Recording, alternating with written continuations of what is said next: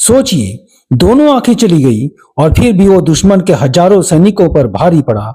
ये कहानी नहीं, ये है पृथ्वीराज चौहान की वो गाथा जो आज भी हमें हैरान करती है। नमस्कार दोस्तों, आज हम बात करने वाले हैं भारत के सबसे वीर योद्धाओं में से एक पृथ्वीराज चौहान की।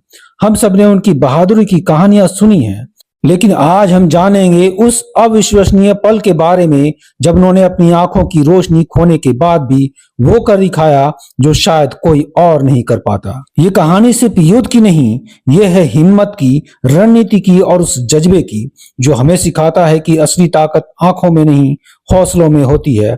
तो बने रहिए एडुसंज के साथ, क्योंकि ये वीडियो आपको जरूर प्रेरित करेगा। पृथ्वीराज चौहान, जिन्हें राय पिथौरा भी कहा जाता है, 12वीं सदी के सबसे शक्तिशाली शासकों में से एक थे। उनका साम्राज्य आज के राजस्थान, हरियाणा, दिल्ली और उत्तर प्रदेश के बड़े हिस्सों तक फैला हुआ था। वो सिर्फ एक महान योद्धा ही नहीं, बल्कि एक कुशल प्रशासक और कला के संरक्षक भी थे। उन्होंने अपनी राजधानी दिल्ली को भव्य बनाया और अपने राज्य में शांति और समृद्धि स्थापित की। लेकिन कहा जाता है, हर महान कहानी में एक मोड़ आता है, और पृथ्वीराज चौहान की कहानी में भी एक मोड़ आया, मोहम्मद गोरी के रूप में। 1191 में तराइन के पहले युद्ध में पृथ्वीराज चौहान ने मोहम्मद गोरी को बुरी तरह पराजित किया। मोहम्मद गोरी अपनी जान बचाकर भागा, लेकिन उसने बदला लेने की कसम खाई। अगले ही साल 1192 में गोरी एक बड़ी सेना के साथ वापस आया। इस बार भारतीय राजाओं के धोखे और गोरी की नई युद्ध नीति के कारण पृथ्वीराज चौहान को हार का सामना करना पड़ा। और यहीं से शुरू होती है वो विश्वसनीय कहानी जो इतिहास के पन्नों में सुनहरे अक्षरों में लिखी गई है। पृथ्वीराज चौहान को बंदी बना लिया गया, और सबसे दर्दनाक बात यह थी, युद्ध के बाद उनकी दोनों आंखों को फोड़ दिया गया। सोचिए, एक ऐसा राजा जिसने कभी किसी के सामने घुटने नहीं टेके, वो अब अपनी ही आंखों के सामने अंधेरा झेल रहा था। क्या आप ऐसी स्थिति की कल्पना कर सकते हैं?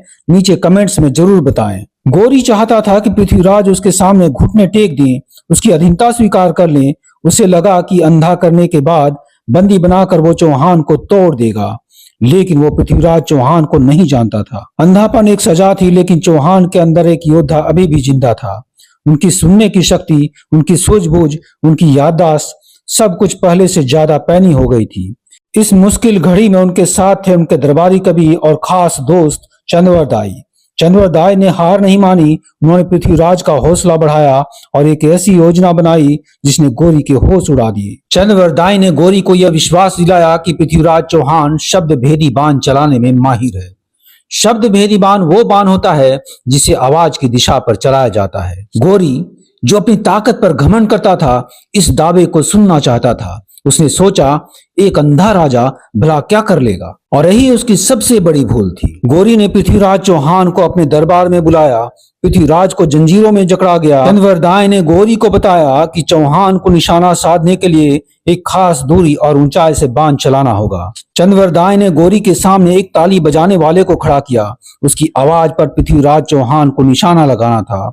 गोरी और उसके दरबारी हंस रहे थे। तभी चंद्रवरदाई ने एक दोहा पढ़ा, 4 बास 24 गज, अंगुल अस्त प्रमाण, ताऊ पर सुल्तान है, मत चुको चौहान। जैसे ही चंद्रवरदाई ने दोहा पूरा किया, पृथ्वीराज चौहान ने आवाज की दिशा को महसूस किया और अपने शब्द भेदी बाण को छोड़ दिया, और वो बाण सीधा गोरी के सीने में लगा और गोरी की मौत हो गई। पृथ्वीराज चौहान ने न सिर्फ गोरी को मारा, बल्कि अपनी हार का बदला भी लिया। दोस्तों, पृथ्वीराज चौहान की ये कहानी हमें बहुत कुछ सिखाती है।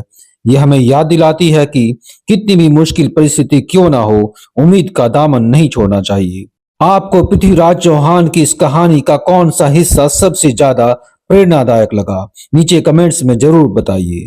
और अगर आप ऐसे ही ऐतिहासिक और प्रेरणादायक कहानियों के बारे में जानना चाहते हैं तो इस चैनल को अभी सब्सक्राइब करें, साथ ही इस वीडियो को लाइक करें और बेल के आइकन को बजा दें ताकि आने वाले वीडियोस का नोटिफिकेशन आप तक सबसे पहले पहुंचे। तो मिलते हैं एक और दिलचस्प कहानी के साथ। धन्यवाद।